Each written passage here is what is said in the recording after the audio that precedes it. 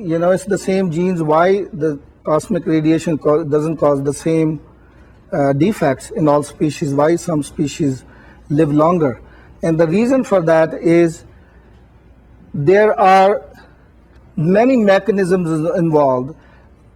Gene is basically a code that's going to translate, each DNA molecule is going to translate into a protein, amino acid basically. Then amino acids come together to make proteins. And that is only the first step. Before that protein is going to have impact on your body or make your insulin not to work, there are many, many other factors involved in there. And in different species, there may be a certain step in the pathway of biochemistry which is more vulnerable or it's weaker than others. So some of our molecular biological steps in the biochemical path may be weaker than some other species. So I try to oversimplify the picture, but it's not simple. Yeah. I can't remember where I read this, but there was a study done. I don't know if it was in Norway or Finland or someplace where these people had experienced famine. Yes. And they did. Do you know what I'm talking yes. about? And then their children they were trying to explain it, epigenetics and how. What happened to their children? Down. Okay, so what happened to their children? Tell me a little bit more about the study. The ones, I guess, that would be on a calorie-restricted diet. Right. Their grandchildren lived a lot longer versus the people when the food became plentiful. Right. And then their children didn't live as long. Actually, thank you for mentioning, because it also comes from the study of Irish famine when they migrated to the West, and those generation was food starved. And there are some studies showing that those people have longer lifespan. Am I saying that this mechanism, how that actually works, is exactly 100% understood? No, studies going on. The more studies they do, they better understand this mechanism. It's an ongoing study, but observationally, we know that's what happens. Now, there are two things. One is, what do we observe in nature? And then we want to find out why that observation is true. For my purposes, I'm saying, I don't give a damn about how that works. I know that is what I observe. That's what happens. When I have a calorie restriction, this is what happens to my body. This has been tested in several species now, and they have been able to make that species live twice as much. Actually, lately, some species, they've been able to make them live 4 times. Now, I'll be honest with you, there are other things that they are trying to do, because they are trying to study how you can make people live forever, so to speak. Immortality studies, so to speak, you can call it. So what they're doing is, there are about 7 different mechanisms that cause aging. So they are not only doing calorie restriction, but also they are replacing some genes in those species. And they are also changing genes that cause glycosylation. So they are trying to hit all those 6, 7 common reasons that lead to eventual death. Some people don't like him, but Aubrey Gray, the English who works at Cambridge University, he's very active in this research, and he's absolutely right. His predictions that it's not going to be uncommon.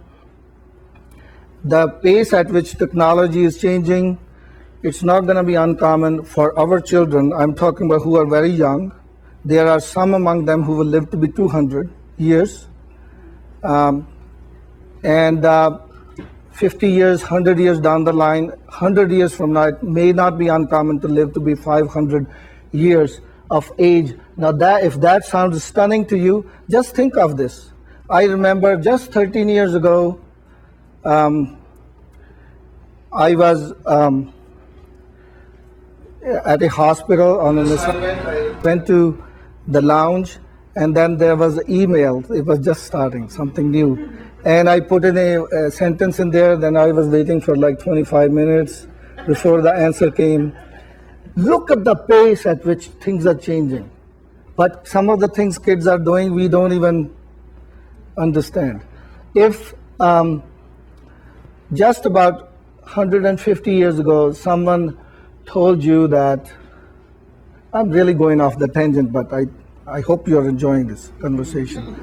If just 150 years ago, someone told you that, well, you know, in early 20th century, we will be able to fly the size of this building will fly.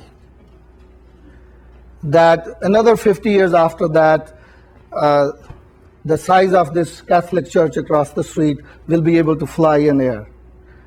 People who heard this, they will think you are in that case, right?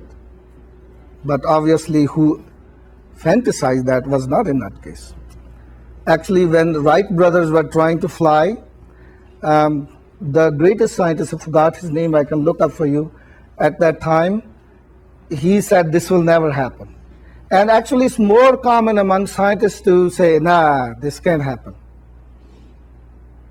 Scientists deny it more than because it sounds too good to be true. There was a time, there was a fantasy that people could talk across the Atlantic Ocean on a little machine or gadget. Now you can do that. So what happened was that what took about 2,000 years to make changes in technology and science and understanding, then in the 20th century, it took only 100 years to make the same progress that took 2,000 years. Then lately, what took 2,000 years to make the progress happened in the last decade in 10 years. In the next decade or two, this is doubling every year. And there are three things that are participant in changing the future. One of them is nanotechnology, and then the second one is computers, and the third one is molecular biology. Before they were isolated disciplines, everybody's in their own ivory tower doing their own thing. Now they have come together. So what's happening as a result? There is something you heard about Moore's law. Moore's law say that the computing power doubles every 18 months. Actually, what happened in the last 18 years, it has been doubling every 13 years, every 13 months instead of 18 months. So in 10 more years, the computers are going to have 500 times more computing power.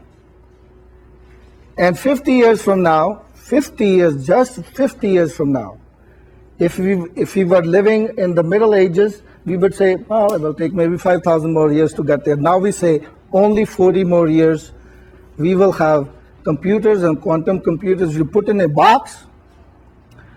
And if you ask, you put a human being in a box and a computer laptop in a box, and you ask it a question, you don't know who is answering, because their computing power of the human brain is equals that laptop 50 years from now. So you don't know, well, if humans are conscious and aware, they have consciousness, maybe that machine also has consciousness. I'm just giving you examples to show you that things are going to change in the future. 100 years from now, 50 years from now, you don't have to do any diet. But unfortunately, we live in this generation, we have to do what is best available out there. But 100 years from now, they literally will be able to go in there, replace your genes. If your heart is breaking down, they'll put a new one that doesn't get rejected because it's grown from your own tissue. They take your own tissue, and the computers will print a new heart for you. They already print heart valves, they have already printed bladders and implanted them, and they're working beautifully. We already know if you break your finger, completely gone. We have been able to, from the blood, separate that serum, that portion from the serum. You apply on it a couple of drops, your finger grows back. Humans I'm talking about. I'm not talking about animals, I'm not talking about experiments, it already exists. Did you guys know that it already exists technology that you last your arm by applying that solution on it, slowly, slowly, slowly grows then hands should start to show up. You have it complete.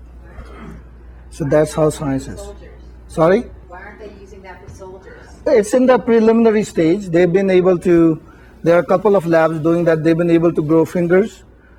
Will they use it in soldiers? Absolutely. That will happen in the future. For example, you may ask me the same question. You say, why aren't they doing robotic surgery that we do, our group does? Why aren't they doing that on soldiers in the field? Because it's so precise, and it's, the reason they are not doing that yet is because it's not perfected. Number one, it's being done in the ORs. Number two, it's still very expensive. It has to get cheaper, the technology. But we already are doing it. This is real. Any one of you need a hysterectomy, that's how we do it now. Not we do it, I will say honestly, there is only one surgeon in Kern County that our group does it. In 20 years, they will all start doing it. But in the future, not only soldiers, we won't have to go to the field. What's going to happen is you put a soldier in a chamber, and all you have is robot. Surgeon is not there, nobody's there. They're going to dock. Docking takes about 5 minutes to dock the robot on the wounded soldier. And then somewhere from soldiers in New York and in California, the surgeon goes in the 3D virtually. He's doing all on the computer, and the robot is doing surgery. People, you are from Air Force Base, right? So NASA is sending, going to have a colony on Mars in about 20 years. If someone has a gallbladder attack over there, they are screwed. So this is how we're going to do it. The surgeon is on Earth. You go into the chamber. It's 3D. We use 3D, by the way, already on robotic surgery. You go 3D. You are actually participating. You are in it. Has anyone seen at Disneyland, what's that called? California over something? See how real it seems? So actually, technology has advanced more than what you see at Disney. You go in there, and you just guiding the robot. Robot is doing exactly the same thing. It's very precise. And guess what? On hysterectomy, if you do with the robot, you go back to work in 10 days. It's already, we are doing it. In 10 days, you go back to work. Can you try to say Okay, all right, I will. I'm sorry, I went off in a completely different direction. Yeah, go ahead. I'll come back to you. when we're talking about weight again, how do you know what is a good weight? If you're trying not to get on the scale, like I do horses. For horses, you've got a body score. It's not necessarily weight-wise; it's a body score. So how do you know where is good for each individual? There are a couple of ways we look at it. One is you can divide people into, it's an old-fashioned method of doing it, into three frames. There are some people who have thin frame, moderate frame, and heavy frame. If you are a thin frame, the textbook ideal weight is, if you're 5 feet tall, you are 100 pounds. If you're 5'1", for each inch taller you are, add 5 pounds. So if you're 5 foot 3 inches, you should be 150. This is a thin frame. If you are a moderate frame, maybe 100 for 5 foot 3 inches, 125 to 130 will be ideal for you. If you are a heavy frame, maybe you can go up to 140. Again, please don't go by these things. Who cares?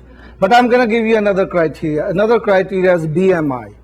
BMI they use, I think 20 or less is good.